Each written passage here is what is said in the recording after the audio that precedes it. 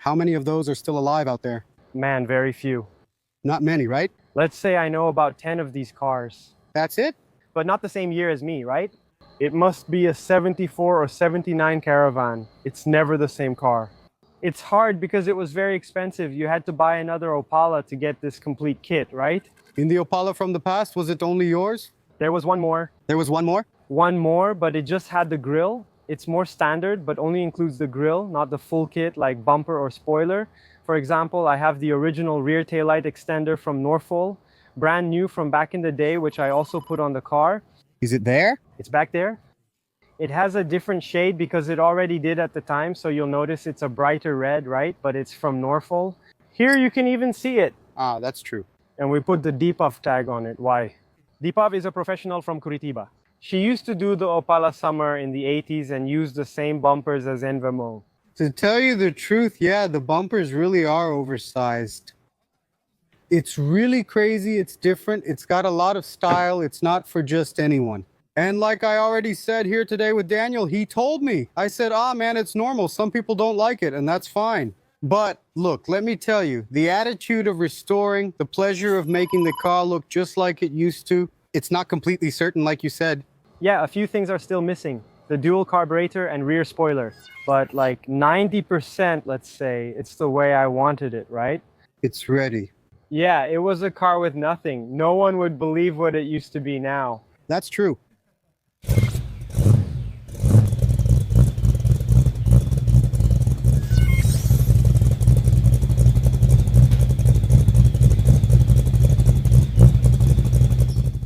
Hey, Daniel? Hey, how's it going? Everything all right? All good, let's go. We did it, huh, man? Finally, huh, man? It's been a while, hasn't it? Yeah, it's been a while, man. And look, we've been talking for almost a year already, right? Geez, November is almost here, isn't it? Wow, that's true. But how long have you had the car already? Man. Ready? It'll be 4, but I've already had it for 5. That's a lot, huh? It's been a while. It just took a year to make, right? The restoration, so we don't count that 1 year. It was hibernating, poor thing. Yeah, it literally stayed on the stand there. How did you find the car? It was all because of a hood. The hood's still at my place since it was in bad shape with a hole in the middle. So I asked, is there more of the car? Is there any other part, right? Then I said, man. Then the woman said, oh, there isn't. It's just thrown over there in the corner. So I said, all right, me, my dad, and the bodywork guy, we looked at it and I said, man, the car is straight. It had the fenders in place, the door and the windows. It didn't even have suspension or engine. Nothing, man, nothing. There was a dent right in the middle of the dashboard on top because they put the subframe on top of it there. Then I said, man, what now, you know? It's those 5 minutes when you think, man, this is a project that'll take 20, 25 years to finish. Then, man, we cried and paid 1.5 then. That's it? That's it, man, that's it. So it was bad then? Man, it was just the body with the fenders off, right? No engine or anything. You could see the car's structure, which caught my attention. The guy had only done cosmetic work. I said, man, it's ready. The paperwork was fine and the car already had the gray license plate. This is it. We got up the courage and started working on it. So you didn't buy it because it was in Envemo. Did you know that? I truly didn't know. Everything was in a box, completely disassembled, right? We had the dashboard, but it was a different one and badly damaged from being left in the sun and rain. How did you find out? Man, I picked up the box, looked inside, and there was an Envemo plate in there. That's it. Nothing else remained from the car. No headlights, grille, or bumpers. I said, man, I need to find more information. I thought it was one thing, but it turned out completely different. We searched for everything imaginable about Envemo. After you found out, when? After we found out. But like the idea was always to have one, but then the car just showed up, you know? That thing I always wanted to have it. So I said, man, there's no way you can get it just from a plate tag. Either the car exists or it doesn't exist anymore. The guys used to take this off because they said, oh, it's tacky, it's from the 80s and all that. I said, no, I need to find this and bring it back, right? And how did you get it? It was funny. The front part left and then returned to my hand. The same front part? The same front part. I thought if it returned, there's a reason. My first car was a coupe like this, but it was a 79 or 80. The dashboard was from the 79, but the car needed paint, right? It needed engine work, so it didn't work out. I ended up selling the car. I had an accident, and it took me a year to recover. Did you get hurt? A car accident? A motorcycle hit me on the crosswalk and I spent a year recovering at home. Now I have a plate. You were hit by a motorcycle? Yeah, I have a plate in my arm. On the crosswalk? I was so injured I couldn't even put my foot down. What happened to your arm? Man, I broke my arm in half and now there's a plate in it. After I bought this car got me out of a certain depression. Of course. It's the beginning of a new life, right? That's crazy. Thanks to that, right? Even with a broken arm, I still went to get parts, even though I wasn't supposed to. Just to distract myself. And like, man, my family helped me a lot and my friends too, you know? So man, I have this thanks to the people around me. I'm really grateful for that. That's crazy. And like, there was never a distance limit, right? Oh, you're in Curitiba? Let's go. In Minas? Let's go. To go after things? Yeah, no, man, let's go. That's just how we are, man. Yeah, man, we like to walk because, you know, me and my dad, we always fix up the car. Since the days of Dodge, Maverick, Opala was the one we had the most because it was cheaper. V8S got expensive and all, so we ended up not having them anymore. Then I said, man, after I drove an Opala, I said, no, it has to be an Opala, man, it has to be an Opala. Then I had a Caravan, had 2 or 3 more Opalas and ended up selling them. But this is what completed it, like a project you start and finish, right? You handle the start, middle, and finish, right? Did you want this, man? Yeah, man, I did. I wanted to. I did. You bought the grill, then sold it. I sold the grill, and the grill I had was the same. It was this one here. Then I took it, sold it, and it went to Minas. My friend said, man, you have to sell the grill. This was over a period of about 4 or 3 years. Then he said, man, you have to sell the grill. And it was just when I wanted to build this car. And it worked out, man. Right when you needed it? I needed it, and it worked out. But then like one showed up, then another, 2, 3. So we started saving the racks, right? Our process was never to resell, right? But to recover the car's history, you know? And the best one we found, we put on the car. Money-wise? Because of the parts? Because a grill like that nowadays is worth $1,300, just a central grill without the side housings, right? I used to find it for $200 or even $150, man. Everything that was cheap, I started restoring and saving, right? In fact, this grill here is one without restoration. It's not a recovered grill. Is it a new grill?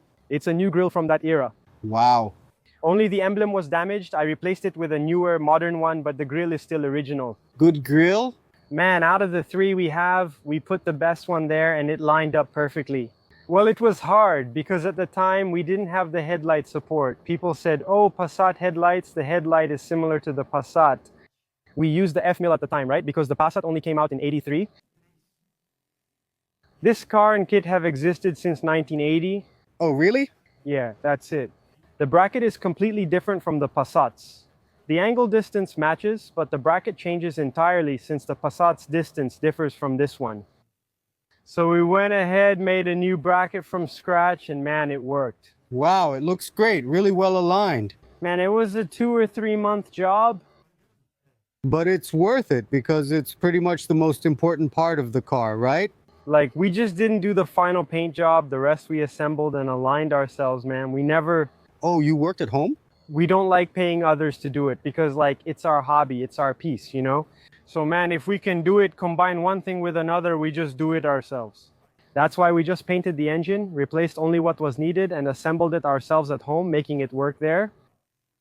Lost the weekend. Awesome, really cool. Hey, you guys watching on YouTube, hold on because now I want to see the engine bay. To see the plate inside, which is super interesting, we're going to lower the hood soon to see the front properly. Look how cool this plate has always been here.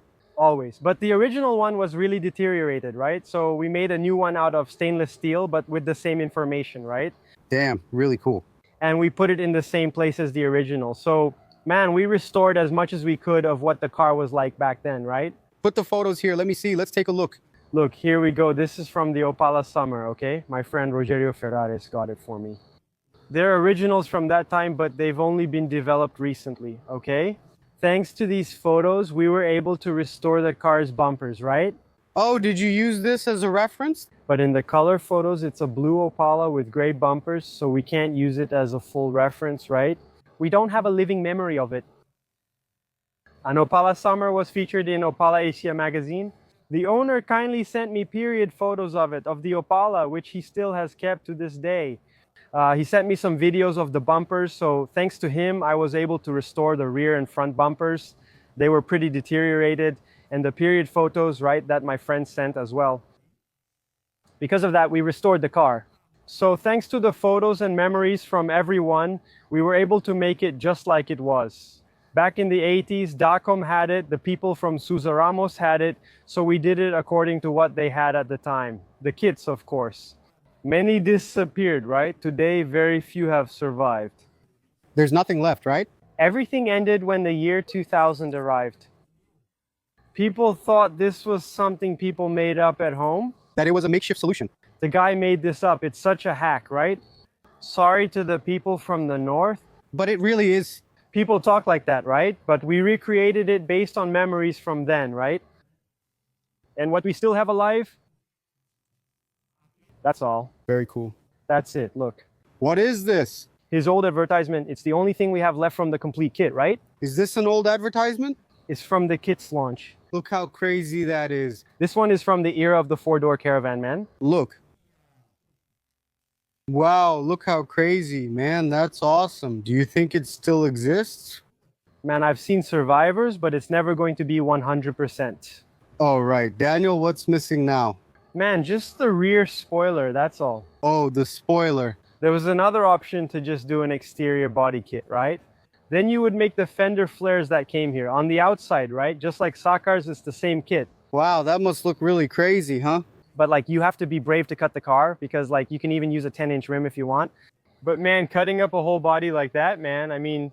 Then you'll feel sorry for it. Man, I just couldn't do it. I'll leave it for another car. I don't think I can do this, man. Are you going to work on another Opala? I'm going to work on another Opala because you see, we have the 79 kit, the Envemo. 79 kit, it's not complete, but we have it. So man, whatever we can recover from Envemo's history, we're going to recover. Are you going to try to make another Envemo? Yes, I will, but that's a different idea. Why? Because, well, this one is a milder winter, how can I say, right? It doesn't have that external body kit. It doesn't have the rear spoiler yet. The other one will have a triple carburetor from Envemo. Are you already going to mess around? A 6-cylinder, that's already another level, right? Triple if we can put it in. Because like, I think you have to restore it, but like keep the history of each car, right? Every car has a specific purpose. This one is mainly a 4-cylinder. Traveling, hitting the road, going back and forth. And the other one is more for enjoying, right? A shorter event, something closer. Cool, man. Nice.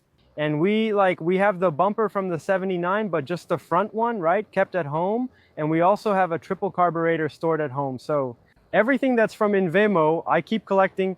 Not that, man, I'm going to inflate the market, right? Wow, are you already a fan of this? Yeah, man, geez, everyone talks about Envemo. It seems like I'm the only one buying, but it's not like that, right? It's just that, you know, it keeps showing up. People offer it to you. So like I also have the 7.4 set stored at home. So, you know, we have different phases, different years, right? Yeah, I wanted to build a pickup like a C20 or an A10 with the Envemo front. You find some things, not all.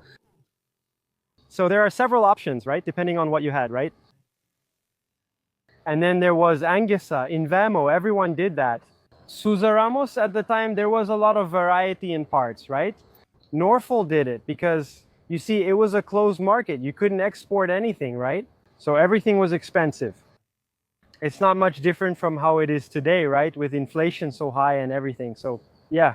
Here, people used what they had at the time. Here it was Norfolk, Envemo made it. This started in the 80s with the F1000, you know? They used the F1000's headlight in the kit since it was already in production, right? It was cheap to buy in bulk and people did things with what they had on hand, right? Really crazy. Very different, very interesting. Man, the size of this is strange. People said it's just a small bench to sit on. Do people mock it? That was my question. Everyone sits in a different spot here and it works, right?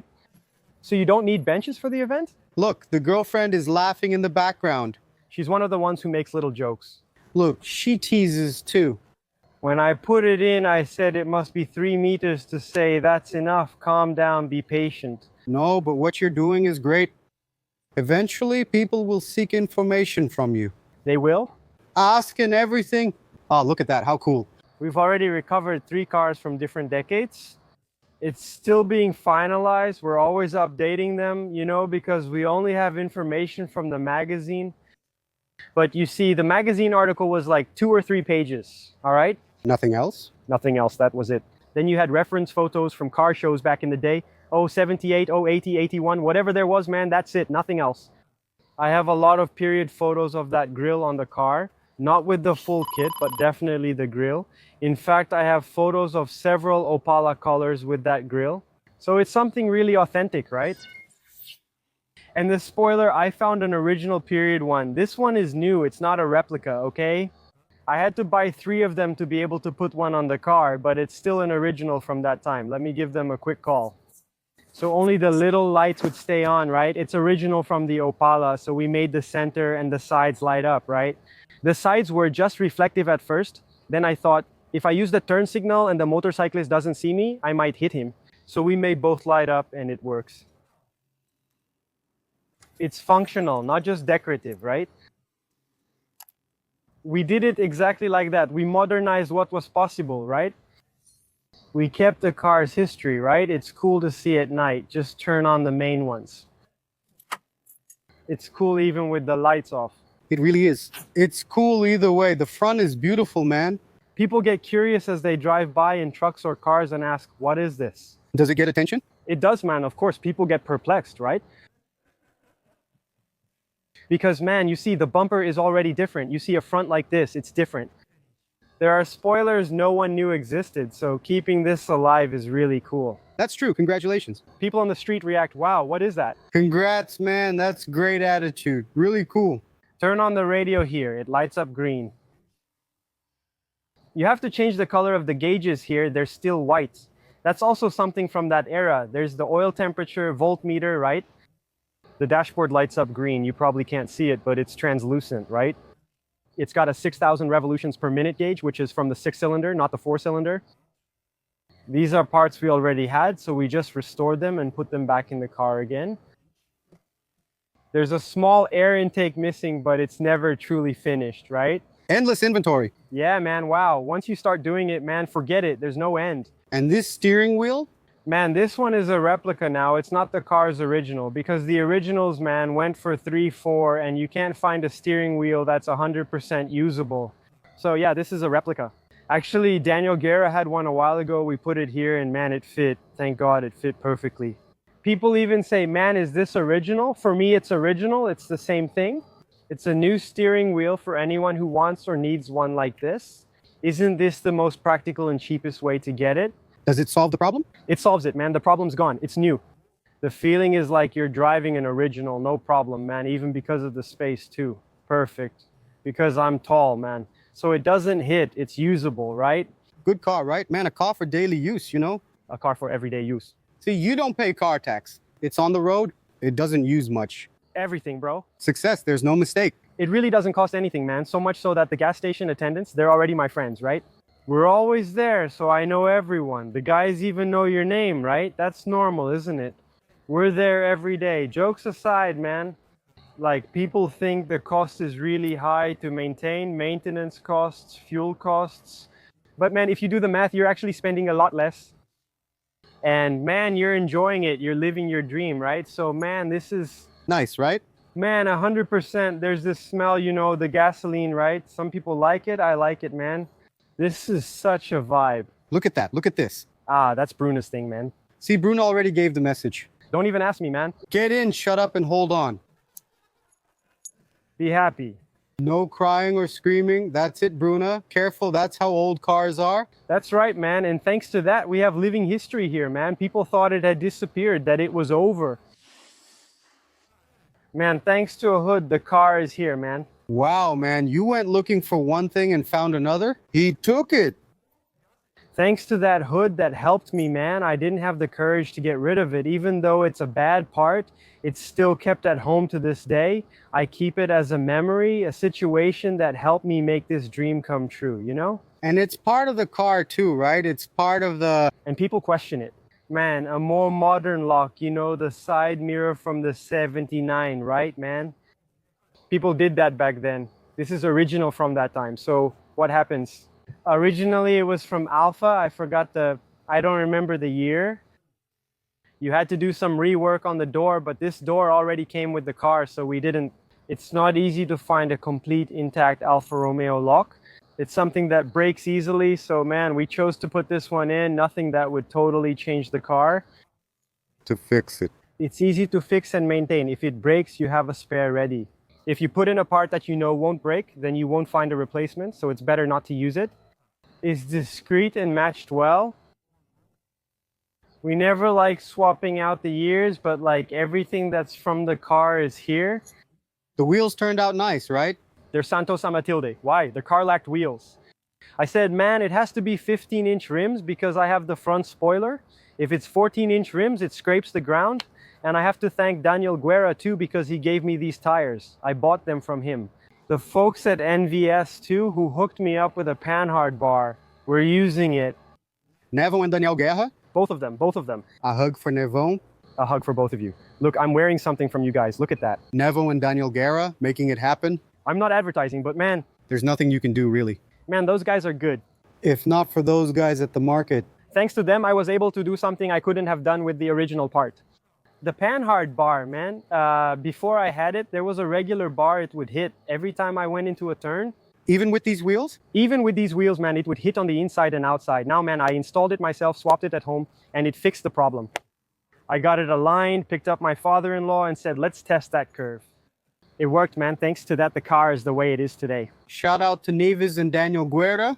Gotta thank them, man. These guys really make a difference in the Opala market. If it weren't for them, a lot of cars would already be gone. Man, a lot. And you know, Daniel, it's funny, right? We have the same name. He was with me from the beginning, man.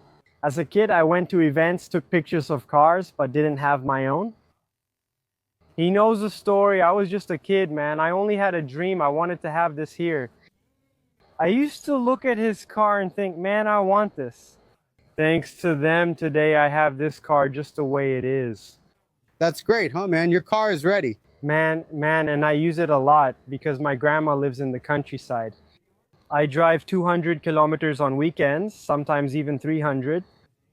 Is it the only car you have? I sold my new one just to keep this one. Look how crazy that is. The new one was giving me trouble. I said, no, the Opala wasn't working, man. I said, now I have to keep it. Whoa, crazy, dude. So I just kept this one here. People ask if we really use it. Rain or shine, mud or asphalt, we do. If we need to go 1,000 kilometers, we go. If it breaks, we have spare parts. Yeah, of course. This car has already caught fire with me in it. What do you mean? Man, as soon as we finished the restoration, we sent it to the electrician who messed with us. We thought we had done a good job. Yeah, I drive a lot on Estrada dos Romeros at night. Which is close to your house, and it's awesome there, right? Yeah, man, so like I just go. But I went into a curve, man, and the headlight switch, which was a bad brand, it came loose and everything went dark as smoke started coming from under the dashboard. Then I started to panic. I stopped in a bad spot on a striped lane in a curve. If a truck or car came, it would have hit me. I got out, opened the hood in a panic, just smoke everywhere. Then there was the main switch. I turned off the main switch. Man, I waited around 2 hours without a flashlight and my phone was already dead. A kind guy stopped there, but I can't remember his name. It was a long time ago. He has a tuning shop there in Barueri, if I'm not mistaken. He said, I'll help you out. Let's disconnect the wires that burned and we'll leave it just to start from the ignition. I said, sure, no problem. We turned it on and disconnected all the burned wires under the dashboard. That's dangerous, man. We started the car and I asked if smoke would come out. He said it was fine and to start the ignition, then told me to go ahead. Since I live in the next city, he said he'd follow behind with a headlight to make sure I got home. Man, it was 11 at night, almost midnight, dude. Then it was just my Opala and his car, a Turbo Compass, driving down the road hoping there wouldn't be any police cars. Man, the car just kept driving back and forth and only needed to be towed once. Only when the gear shifter broke and I had no spare part or anything on hand. But man, with this car, I always managed to fix it myself. I always found a way. This car has a lot of history with me, man. That's great. Congrats. The hardships, despite the hardships, man. We laugh about it later because it's part of the process. We're building a car like this. It's not ready overnight. There's a process. You have to break in the parts. You build the engine, man. There's a time for you to hit the road, even step on it, right? So like we followed the original recipe. We didn't want to put in a camshaft, didn't want to add fuel injection. That's not the idea, right? I just made a 4x2 because that's a setup nobody does. People usually just go straight for a 4x1. It gets very crackly. Since I travel often, the resonance is high, so I chose a 4x2 with 2 JKs in the middle. It gets that crackly sound, 2 in the middle, and it really fits the era, right? So I think it matches well. Then we added an electric antenna, right? Which it didn't have. Then we put in a San Francisco radio. Tojo is still missing. We like it because everything lights up green inside. Thanks to Bruna's father, since she has one there, we were able to restore the interior we lacked. We returned to the original period correct standard because this car was originally a Commodoro. So it didn't have the trim anymore since people had already removed it back then, right? When we put the kit on, we didn't even drill or re-drill it again. We left it as it was. And we went looking for information because just like the previous owner, he had sold the shop along with the car. We had no references and the woman didn't know either, so we really had to dig deep. The whole history of the car. It already had green windows, only the rear window and the windshield were missing, so now they're all green. So even the headlight wiring set up, thanks to some people who, back in Aguas de Lindoya, had a blue Monza Envemo at the time, we did the same headlight wiring. The low beam lights up here, but the high beam turns on all 4, correct? So we take references from the cars that was still around, right? This here, look, the carburetor pair we're going to install is still an original part, right? You'll notice signs of use and long-term storage, which caused oxidation, black. But you saw the part was black and only the letters and lines were diamond finished, right? Beautiful, huh? Man, this new restored part, man, it gives the car a whole different vibe. Like it's a dual carburetor, so like it's something that's harder to find someone to work on. Because like carburetors, man, forget it. Nowadays, the people who used to work on them back in the day don't want to deal with it anymore. It's because like it's a lot of work. You can't find repair parts. Balancing 2 carburetors is harder than balancing just one, right? So like people stop working on them, but you know, they're still around. I'll take my time. If no one can do it, I'll do it myself. We're curious. We may not know how, but we'll find the information. We'll find a way. Yeah, there always was. Because man, back in the day, even magazines had repair information, man. So like books, magazines, especially Motor Trades, which featured a lot of that, right? During the Envemo days, there were many articles about the Monza, right? It wasn't just about the Opala. There was a turbo Opala and more. So it's like people think it's just about putting on dual carburetors and adding 2 carburetors. No, it wasn't like that. They even changed the jets, man. There was a standard for several jettings for each use the guy was going to do. So we even looked into it. We found some information about the Chevette, thanks to a friend, Emerson, from Minas Gerais, right? He showed me a document that showed there were several jettings for the Chevette's dual carburation. But like for the Opala, there were also some. So, you know, man, you could make the car the way you wanted back then, especially the Opala, man. You had the option of brown, burgundy, black, gray interiors, and today, man, it's been standardized to just 2 colors, black or gray. And you just can't, man. It had air conditioning, power locks, power antenna, man. It had the sequential taillights from Norfolk on the 74 Opalas, right? That long taillight, you know, man, it had a lot of options. Bumper guards, man, sunroof. Then it all ended. Man, they threw it all away, right?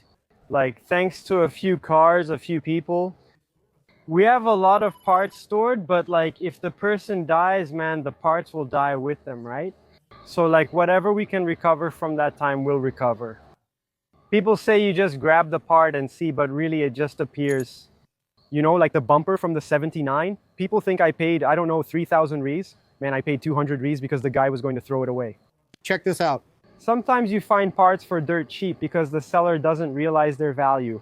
I see. So like, just like the grill, If I knew, just like we found a headlight rim like this for 300 Ries, along with the headlight and the original iron base. So man, it's something you can't find to buy on Mercado Libre. OLX? No, man. And when it appears, it's 3.5 for the whole front if it appears. true. And here there was a note. At the time, there were variations on the same front. There was a front where only the face came polished here. Only here because like this is fiber and here it's a magnesium, a Zamac, right? It's not really 100% aluminum. Only the face came polished and the grille was black. There were 3 changes here. Why? There was one of these trims here that came in white. It's rare to find. We have one, but one side is deteriorated, so it wasn't worth restoring. And there was one that was painted black because this here originally was never functional. It was always reflective or black. Only the internal ones worked, right? And we made the external one work. Why, man? Besides looking better, today's laws require you to have things functional. If it was in the center, the cop would ask, where's your turn signal? You don't have one. So, you know, we brought everything modern to the car, but without taking away its character because, you know, we want to keep the history of the 80s, but man, live in today's times, right? With safety, without any hassle, right? With regulations, traction. So there you go, man.